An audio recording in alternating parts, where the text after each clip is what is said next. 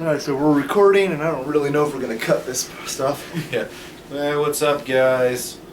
Okay, so the other video should be up already that said we were going to do like a spoiler version of the Rainbow Rocks talk. Yeah. We're back at our place. Mighty has still joined us. And like the camera's like totally off center and stuff. We'll work on that a little bit right there as you stare at my crotch. Yeah. But So yeah, the top of my head's probably going to be cut off a bit. I don't really care. We're just doing a quick free-handed style review. So we just got back from a con, guys. Okay. oh God, sorry. Somebody who normally does Sunday Let's Plays still added me to their call. Anyway. So yeah, this is pretty much our spoiler-filled review of Equestria Girls Rainbow Rocks. Yeah. The Luna plushie has nothing to do with it. I just have it because I bought it at the con, and well, I was actually not going to say anything about it, but Suki pointed it out. Whatever. Yeah, anyway, okay, so I guess I mean we said a good bit earlier, but I guess the main thing we can do now is to kind of go a little bit more into details. Yeah, like the plot and stuff. Yeah, so pretty much, yeah, that it's the very first scene in the movie does take place basically right at the end of the first one, which pretty much it's that scene that was put out online where they see the rainbow get fired off. Yeah, that's the very first thing that's played. The opening. Well, now I'll get back into that later. Then it moves on. I believe they jump. I think at some point they actually said how many months passed. I think so, but I can't remember. I think it's like 3 months. It's either 3 or 6 months. It's some kind of arbitrary number like that. Yeah, it's like so many months later. I guess it's trying to give you the idea that, you know, in this time everything in season 4 happened. Because, yeah, the castle is there when they shoot to the pony side. It's very short. But we do get a nice kind of look over how Ponyville looks like now with Twilight's castle. Yeah. And they do explain how how Twilight is able to still get from her world to the human world, even though the whole moon thing is They explain how that works, and I mean it's your typical Twilight stuff. Yeah. It works for what it is. It's not really the focus of the movie. It's magic. I don't have to explain. Yeah. Like the main things is like how Shimmer is handled, how the villains are handled, and the basic plot of the movie. And I believe, like we said in the non-spoiler one, we think the pacing was pretty good. Yeah. And I guess go into the villains. Pretty much the thing that we couldn't bring up is how they handle the villains. Is the villains remain villains. Yeah. Like they're defeated, but they're not like, oh, we've embraced friendship. No, they're definitely still villains, and their fate is pretty much left up to your imagination because they don't really tell you what happens after they run off the stage at the end. It's just that they can't use their siren powers anymore. They're just normal teenagers, so we don't know what's going to happen with them. I have a feeling that they are planning on trying to make a third movie, especially with the teaser at the end of the credits. I think we'll not say anything about what that is. It's a little short thing, but it's kind of a thing. So we'd rather, not flat out say what it is. I will say that with the ending, it answers a question that some people have had. Yeah. So. There's been a lot of questions that have been answered in this movie. There's a few that have not been, like where is the other sunset shimmer? But most of the questions. The music, for the most part, is pretty good. Yeah. I will say, not just because it was a remix of the regular opening or anything, but I kind of enjoyed the opening song to the first movie a little bit more. I mean, Rainbow Rocks. I guess I'm pretty sure it's the actual name of the song. Rainbow Rocks. It's not bad. It's just I kind of like the first movie's opening song a little bit more. Yeah, the little remix of the opening thing. It did just come out better, in my opinion, too. It's just sounded more vibrant, more alive, and this one was okay, but it felt kind of toned in, I guess. I don't know. Phoned in, there we go. At least to me. Going into pretty much how the ending was and how it's the whole battle of the bands of the Sirens versus Twilight and the Gang's little magical band stuff. That to me is the best part of the movie. I loved it. I've always wanted to see stuff like that. Mighty and I were talking how when we first saw something like that kind of in Scott Pilgrim. Yeah. Pretty much if you like the fight in Scott Pilgrim with the Battle of the Bands, this is pretty much kind of like that. You know? In my opinion, it's better in this movie, but to each their own. Some people probably really like Scott Pilgrim's better. I mean, Scott Pilgrim is the better movie, I can tell you that, but Rainbow Rocks was enjoyable. Yeah, this movie's like nowhere near bad. Yeah. Yeah, it's just like the first one. If you like the first one, you're going to like this one. Now, I understand that people like Lauren Foss just not going to like the movie because it goes completely against what they started with, what they tried to do with the first season of Pony. Honestly, I really think we need to stop looking at it that way.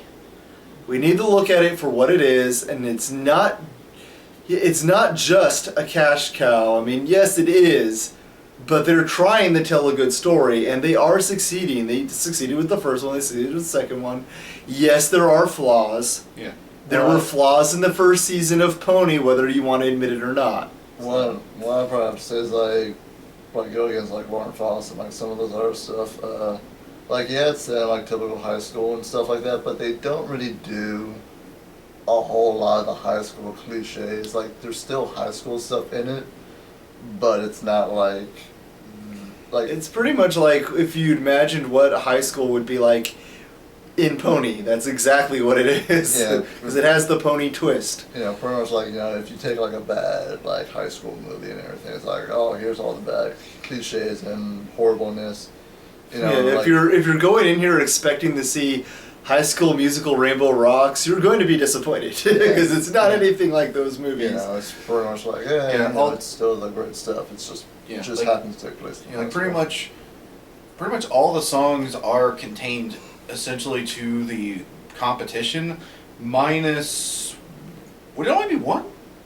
I don't know, probably one or two. Because there was there's the opening song.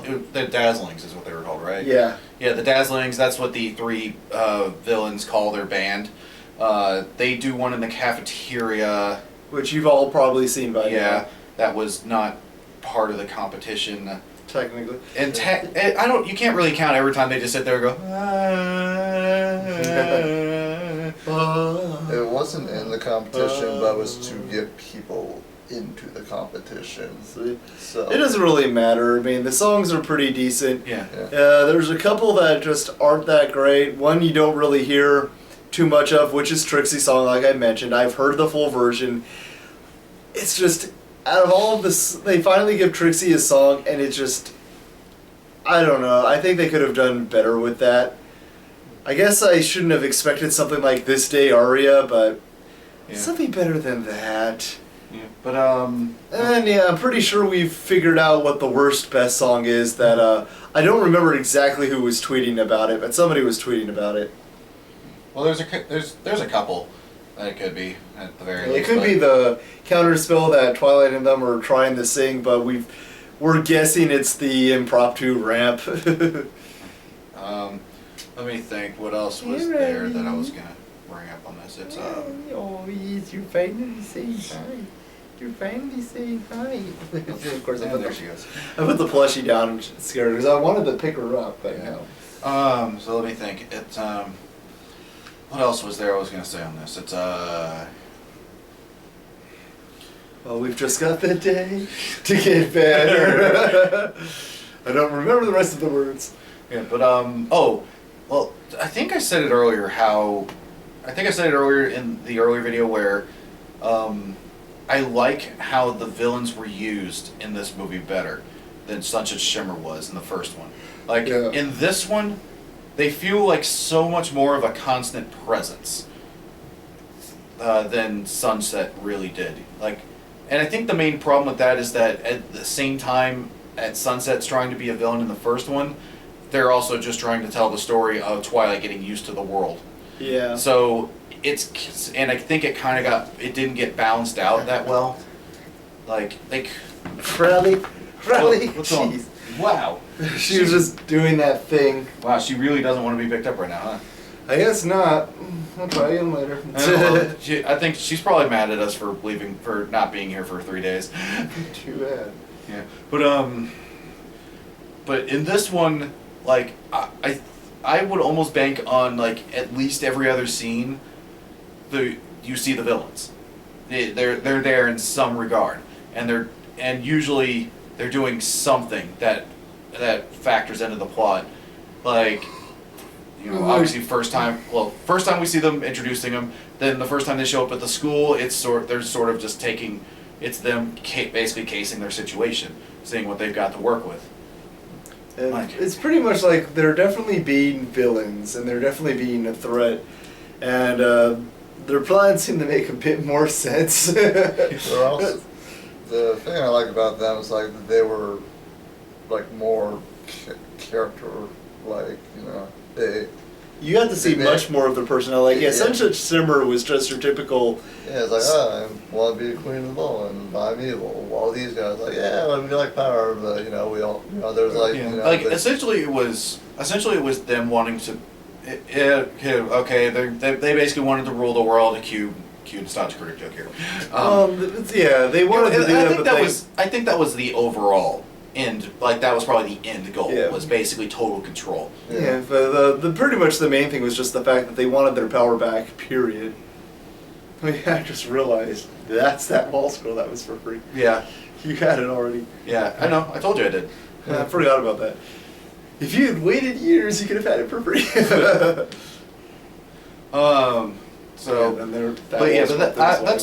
one of the things I really liked. Yeah, they definitely paced it out very well. And as we said earlier, or as they said, the full-on climax of this movie felt a lot more satisfying than the first movie's climax. Like the first movie's climax was, you could basically time it from, I guess, when Twilight is announced as fall formal queen to final move.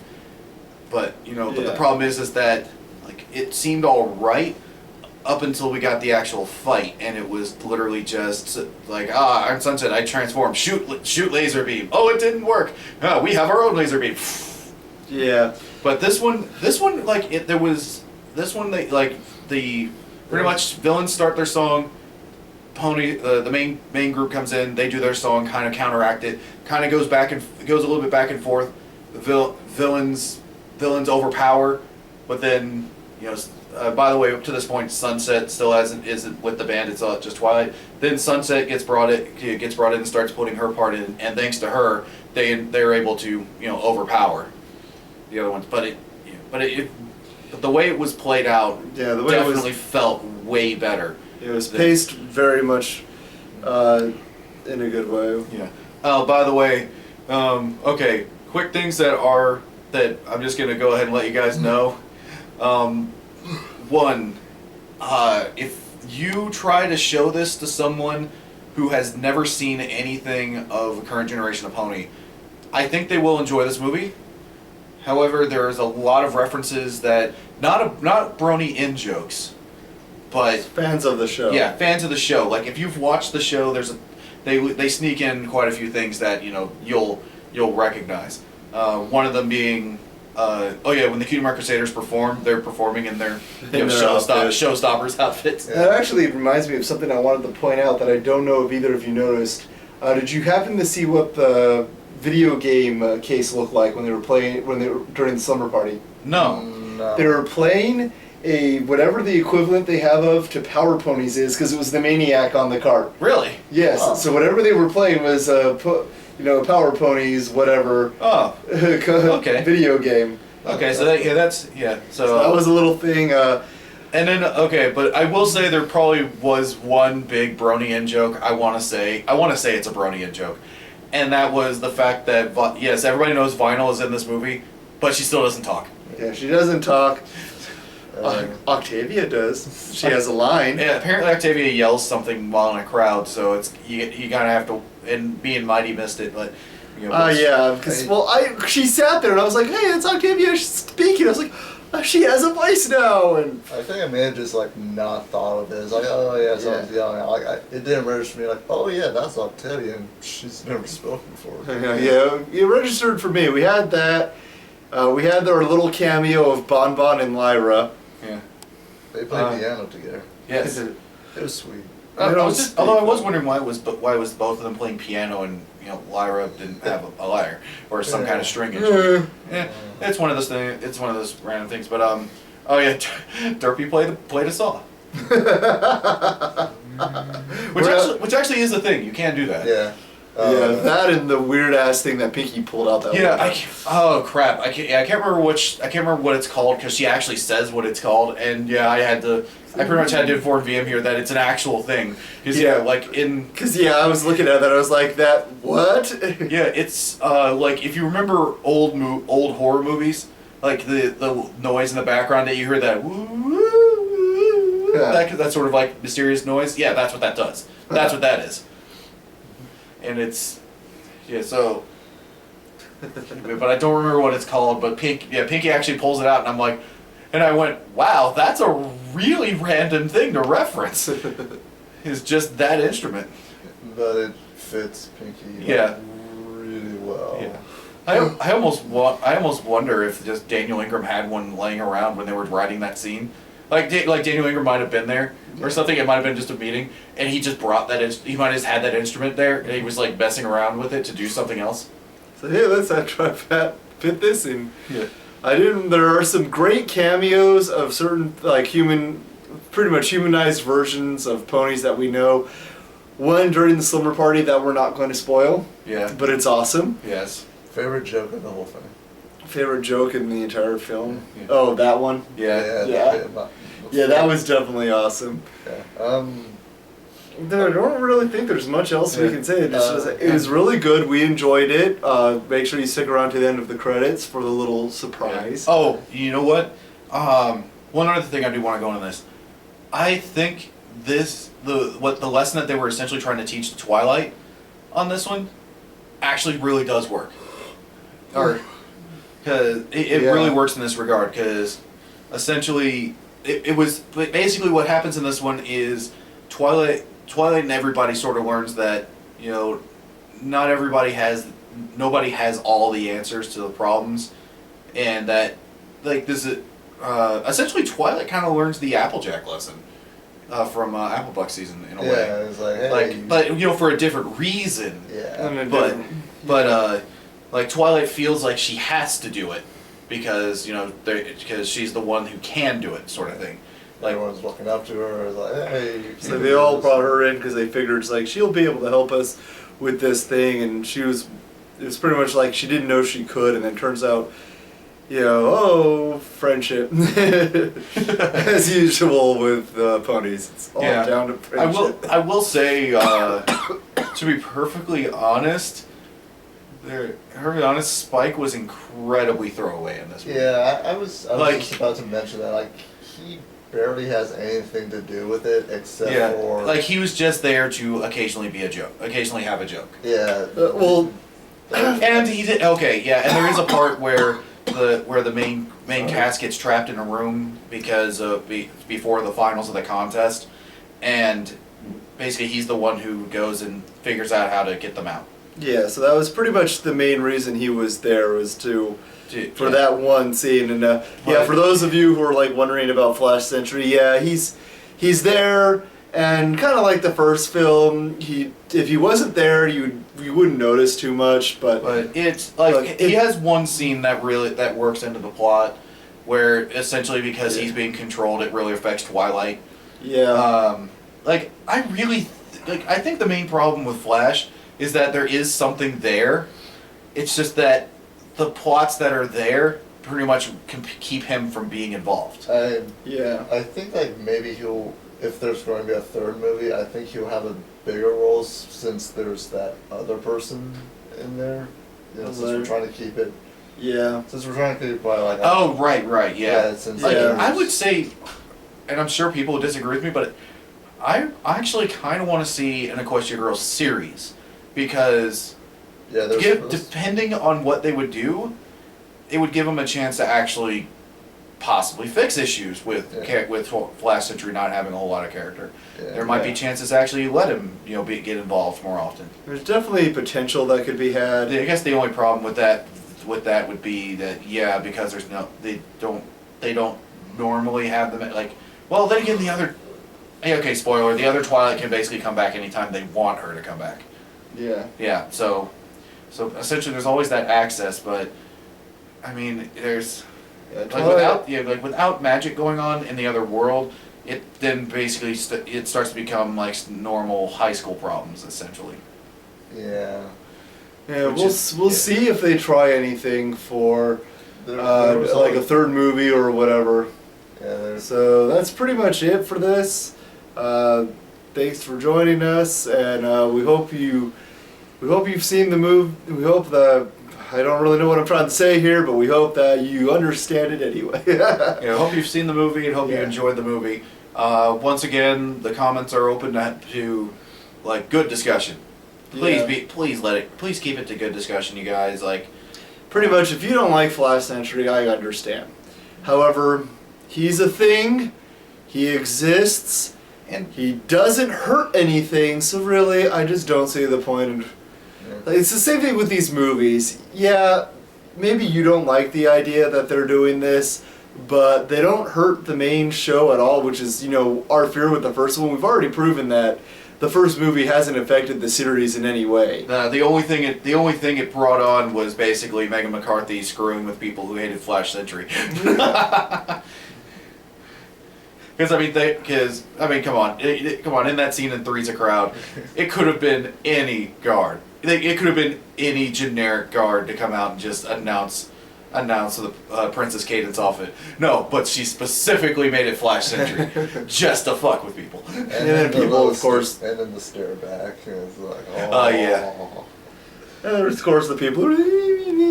I'm sorry. We've mentioned it several times, but if you're watching Pony and all you're doing is whining about everything they're doing, you probably should stop watching this show. You're obviously not enjoying it. It's not that there isn't problems with it. I've heard people give complaints about how Pinkie Pie was portrayed in season 4, and I have my agreements and stuff, but that's not what this video is about. So yeah, but anyway, so the movie was good. We're going to buy it when it comes out on Blu-ray. I'm probably gonna pre-order it off of Amazon. So yeah, that was it. And, see you guys later. Yep, see you guys.